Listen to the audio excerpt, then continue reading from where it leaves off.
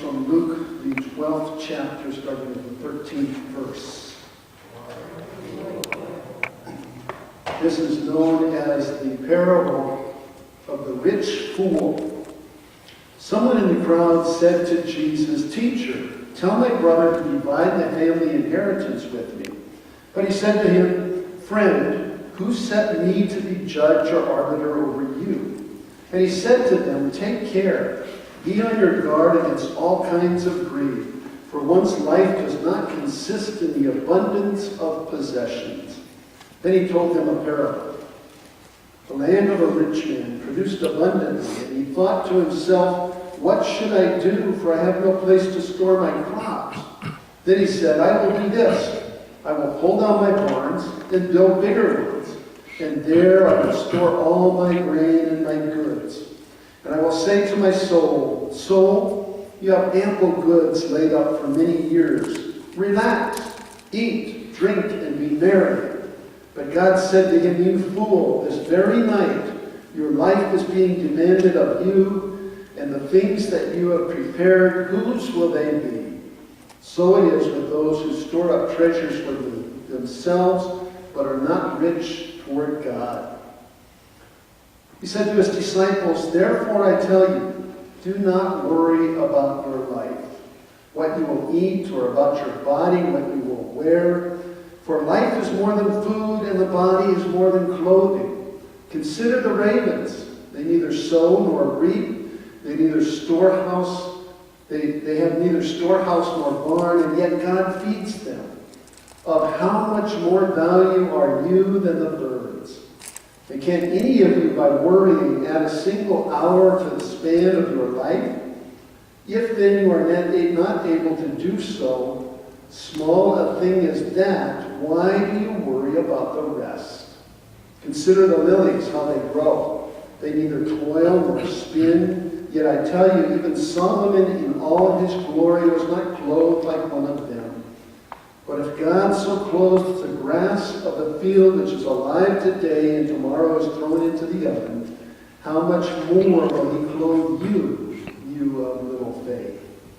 And do not keep striving for what you are to eat and what you are to drink, and do not keep worrying, for it is the nations of the world that strive for all these things, and your Father knows that you need them. Instead, strive for his kingdom, and these things will be given to you as well. Do not be afraid, little flock, for it is your Father's good pleasure to give you the kingdom. Sell your possessions and give alms. Make purses for yourself that do not wear out, an unfailing treasure in heaven, where no thief comes near and no moth destroys. For where your treasure is, your heart will be also. The gospel of the Lord. Praise the Lord.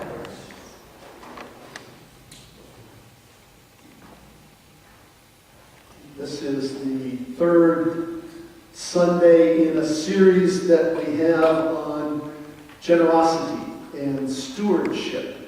And today's sub-theme for that is fear. And my question for this sub-theme of fear is, what do we fear most?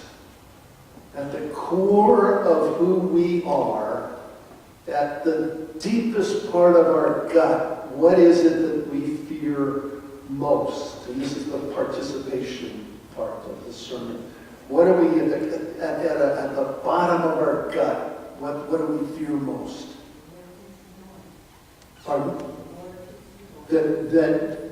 That we will continue to be here on earth, that our health will be okay.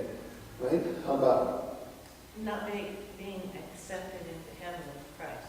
Not being accepted into heaven, not being good enough to get into heaven. Failure. I wrote that one down. I've got a list of my own, and failure is one of those. So yeah, for sure.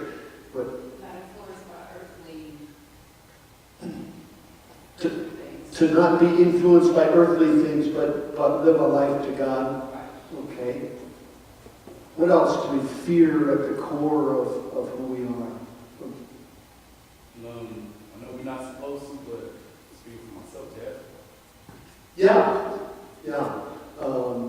Doesn't matter what we're supposed to. I'm not looking for what we're supposed to do, because these kinds of emotions are just, they are what they are. We don't necessarily need to make excuses for them or anything. They just are what our psyche has built up in us for all of our life. So, how about these? Not being loved. Not being good enough. We already talked about that. Failure. Health, either for us or for our children, grandchildren, and great-grandchildren. And who knows, pretty soon Melissa's going to tell us she's got her first great-great-grandchild. Soon she'll tell us she'll start having great-great-grandchildren too. But being a new grandfather, I know that that's a new fear or a new worry of, that my grandsons are going to grow up healthy and, just do well in life. So we have these worries, we have these concerns, we can call them fears at the core of who we are. And yet, God says, why worry? He says, consider the ravens. We have them all over the place. You know, those blackbirds that fly around by themselves. Consider the ravens. They neither sow nor reap. They neither have storehouse nor barn, and yet God feeds them. Of how much more value are you, than birds? So God says, you're worth more than a raven. God says you're worth more than the lilies of the field. You're worth more than the grass of the plains. You are worth more than anything to God. So God says, why worry? And yet, somehow, God has implanted in us this love. Most of those things that we mentioned of our fears, the things that we worry most about, are about people, right? They're about loving other people as we love ourselves. And God put that into us, and we have a tough time giving that to God. You know how so often we hear, just give your worries and your troubles and your fears to God, and God will take care of them. And we hear that, and we understand that, and we know that, and we do that on occasion. Some of us do it daily, and yet, here 10 minutes later, I'm worried about my grandkids again. I don't think God intends for us to be fear-free or worry-free. Otherwise, he would have given us each that gift of being worry-free and carefree. But God doesn't want that to overwhelm us. When we consider the ravens, they don't plant things, they don't harvest things, they don't build barns, all of those kind of things, and yet God takes care of the ravens. But you know what? That raven can't just sit in its nest or up on its branch someplace and expect God to just magically feed it, right? The raven has to go out and get the food still. And we need to do that. Those of us in our working years, we still need to work so that we can have food, so that we can have drink and clothing and a roof over our head and all of those kind of things. And yet we're called not to worry about it so much that it overwhelms us,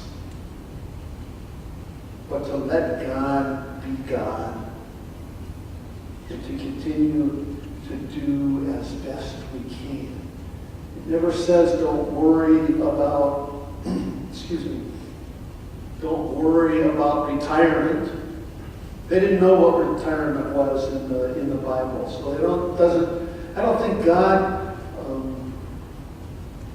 neglects or dissuades us from savings, from emergency funds, from IRAs and 401ks and those kind of things that will keep us comfortable for the rest of our days. But God does want us to know when enough is enough. And that's the question that comes when we think about the rich man. The rich man, he had more crops come in that year than he could ever imagine, more than he ever had before. And he had fields that went out to the horizon, and he had crops come in so that his old barns had to be torn down, and he built bigger barns to fill with his grains. And he said to himself, or it says he said to his soul, "Soul, life is good. You have ample things set away. Your 401k is overflowing. You know, they say you got to have $1 million to retire, and his 401k is multiples of that." And he says, "So, life is going to be good. Let's just relax, eat, drink, and be merry." And then God says, "You fool," this is where the rich fool part comes. He says, "You fool, this very night is your last night. And then who's going to have all of this stuff?" What is it that the rich fool was lacking? He wasn't lacking for money, that's for sure. He was lacking generosity. He kept it all for himself. And he was lacking relationships. So, we have ample goods laid up.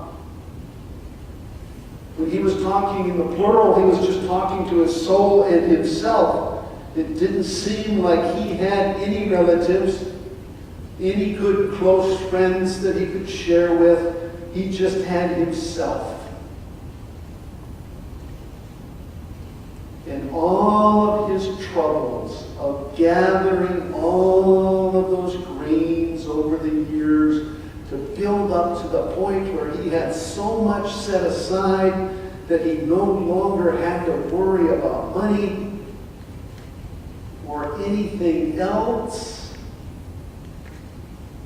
And it was only for him. It was all about him.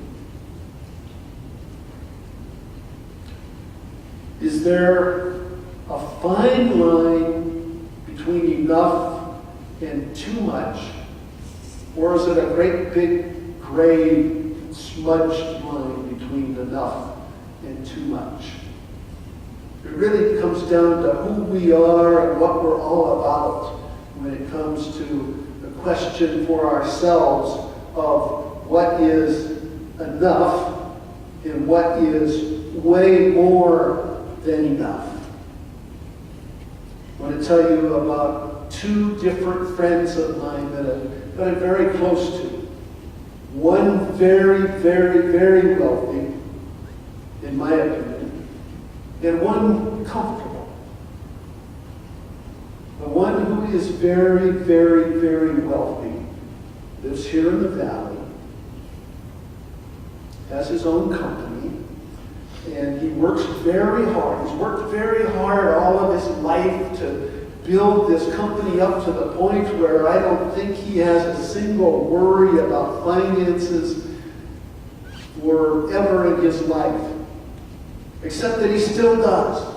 He still goes into the office. He still goes out to see people. He's still hiring new people. He's still doing all the things that he's always done. He's doing them even better than he ever did before. And so now he's laying up things in his warehouses for his own enjoyment. He has so many cars that he's got a garage that's 2 stories. It's got an elevator in it to take the cars up to the 2nd story.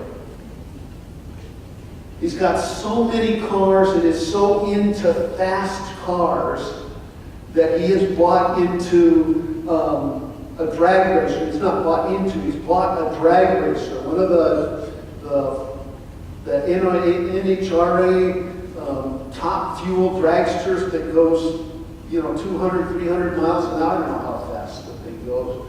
But the open things with the great big wheels on the back. And he's bought that. And he's bought so many things. He bought everything he could ever imagine he has. And yet he finds new things to spend money on.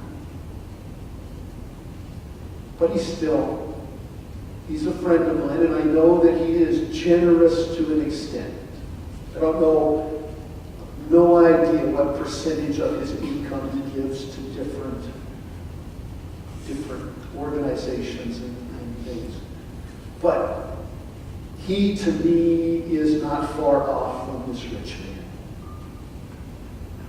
who has built up all this wealth for himself.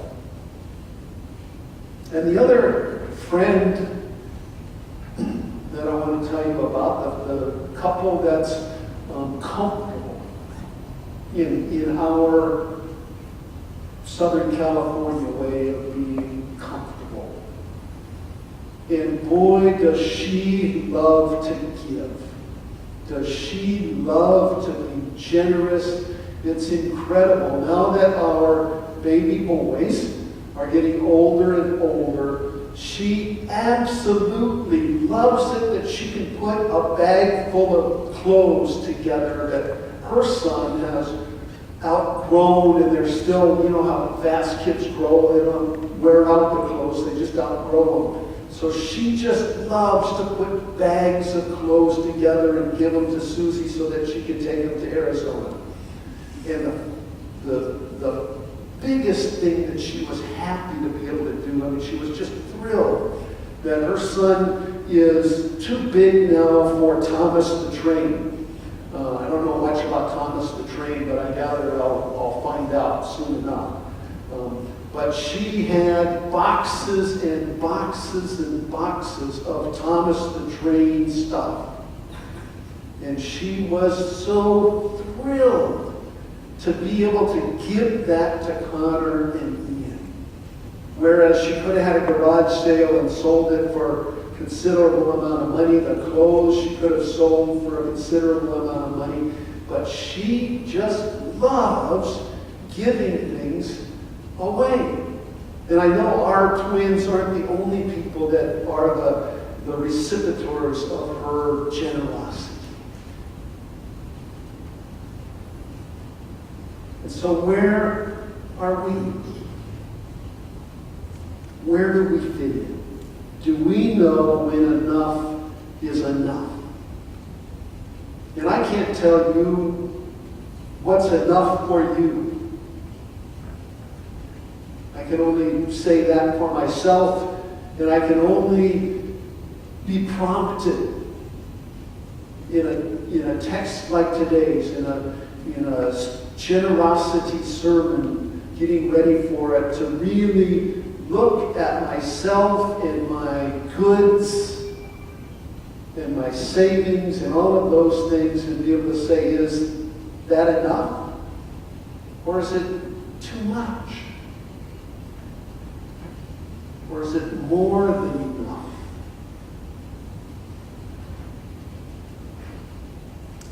It comes to that. I want to jump to the end of today's text.